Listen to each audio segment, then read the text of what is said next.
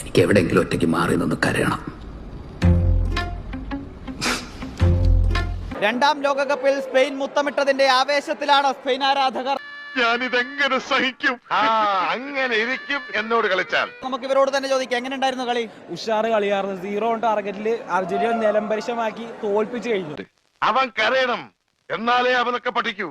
Spain Argentina തീർത്ത് കിരീട പോരാട്ടത്തിന് ശേഷം നടന്നത് കൂട്ടത്തല്ല് ആണോ ഉണ്ടോടാ ഊളകളെ, പിന്നീന്ന് കുത്തിയും കുതികാല് വെട്ടിയും രണ്ട് ശവങ്ങള്. ടൂർണമെന്റിൽ ഉടനീളം പരിക്കൻ അടവുകൾ പുറത്തെടുത്തിട്ടും ഒരു ചുവപ്പ് കാർഡ് പോലും കിട്ടാതെ രക്ഷപ്പെട്ട അർജന്റീനയ്ക്ക് ഫൈനലിൽ കിട്ടിയത് 2 എണ്ണം. കലാശപ്പോരാട്ടത്തിന്റെ ഫൈനൽ വിസിലിന് പിന്നാലെ മൈതാനം സംഘർഷഭരിതമായി.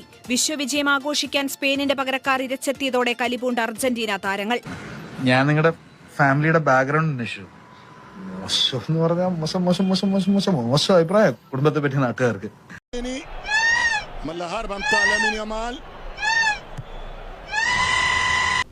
ഇതെന്ത് കളിയാടാ ഇത്? മക്കളാ ആരെ എന്ത് വിചാരിച്ചാ കളിക്കുന്നേ? എന്ത് വിചാരിച്ചു? ഞാൻ ആര് ಗೊತ್ತಾനാണ് ನನ್ನ റെസ്പെക്ട് ചെയ്ത് ಗೊತ್ತಾ? എന്തെങ്കിലും പ്രശ്നം ഉണ്ടാകുമ്പോൾ എൻ്റെ അടുത്താണോ വരുന്നത്? എന്നെ വെച്ചിട്ടാണോ ഈ കളി കളിക്കുന്നത്? മമ്മൻ ബോഡിക്കിടെ ഊർ ಬಿಟ್ಟು ಊರು ಬಂದ್ರಲ್ಲೇ ഷാറൻ മക്കളാ നോടു ജിബേ. എന്ത് ഗെയിം? ഇങ്ങനെ വെച്ചിട്ടാണോ ഗെയിം കളിക്കുന്നത്? എന്തൊക്കെ പ്രശ്നത്തിന് എൻ്റെ അടുത്ത് വന്നിട്ടുണ്ടോ നിങ്ങൾ?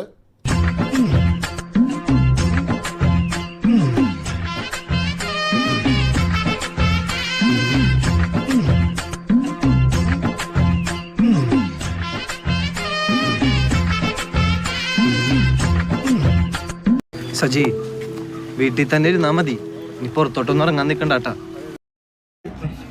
എന്തതിനൊക്കെ പറയാ, വളരെ മോശം എന്നല്ലാതെ എന്താ പറയാ, പാരഡൈസ് കാണിച്ച പ്രവണത വളരെ മോശമായി പോയി. കളിയാകുമ്പോ തോൽവിയും ജയമൊക്കെ ഉണ്ടാവും, അതിന് ഇമാതിരി ചെറ്റത്തരം കാണിക്കുന്നു. അതെ, ഒന്നാമത് നല്ല ഫൗളിലെ കളിയായിരുന്നു. 24 ഫൗൾ അർജന്റീനയും 21 ഫൗള് സ്പെയിനൊക്കെ ചെയ്തിട്ടുണ്ട്. പക്ഷെ കളി കഴിഞ്ഞിട്ട്